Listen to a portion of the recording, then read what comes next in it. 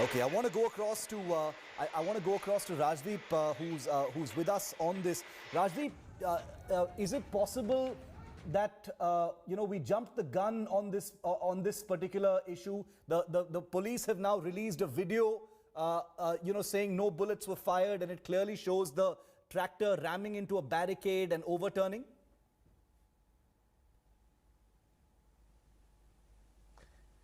Shiv, more than jump the gun, these were the allegations that were being made at the time when we were reporting this afternoon by the eyewitnesses and the friends of the deceased.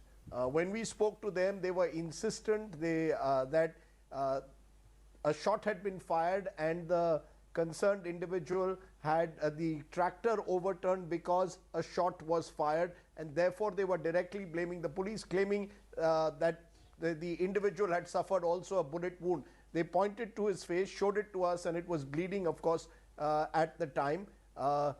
However, the police version, which has come subsequently, makes it very clear, and I think that video in particular makes it very clear that this was a case where the concerned individual driving the tractor was driving it rashly, tried to break two barricades, and when he tried to break the second barricade, that's when the tractor overturned. So it is almost certain that that particular act of the tractor overturning is what could be the cause of death. Of course, we wait post-mortem, but the police video is very important in this context, and also relevant is the fact that no one else has suffered any bullet injuries, thereby confirming the police claim that only tear gas was fired in the air. In fact, if you look at what was happening this afternoon, the police were showing exemplary restraint, particularly at Red Fort as well, when there were attempts being made to enter Red Fort to put up other flags. The police didn't actively create a situation that could have spiraled out of control. So I think you've got to give the Delhi police some credit for that.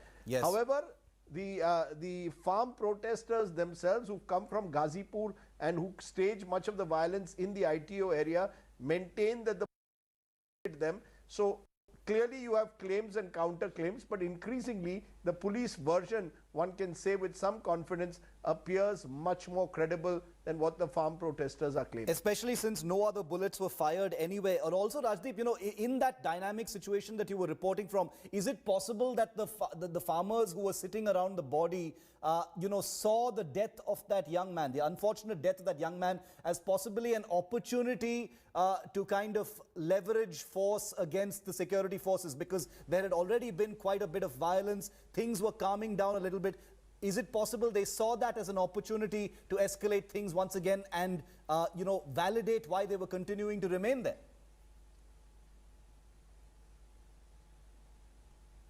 Well, I think what is very clear is that a section of the farmers are itching for a confrontation. They were itching for a confrontation with the police. Whether these were all farmers or whether other elements had infiltrated them is the big question mark, because except for the group that came in from Ghazipur, if you look, all the other farmers and the farmer unions were following the rules that had been set, which routes to take, what time can you bring in your tractors. It was basically for a while early morning in Singhu when there was a barricade broken, but generally most of the farmers there were peaceful. But it was the lot that came in from Ghazipur as they were approaching central Delhi. They wanted to go towards India Gate, they wanted to come towards ITO and then Red Fort.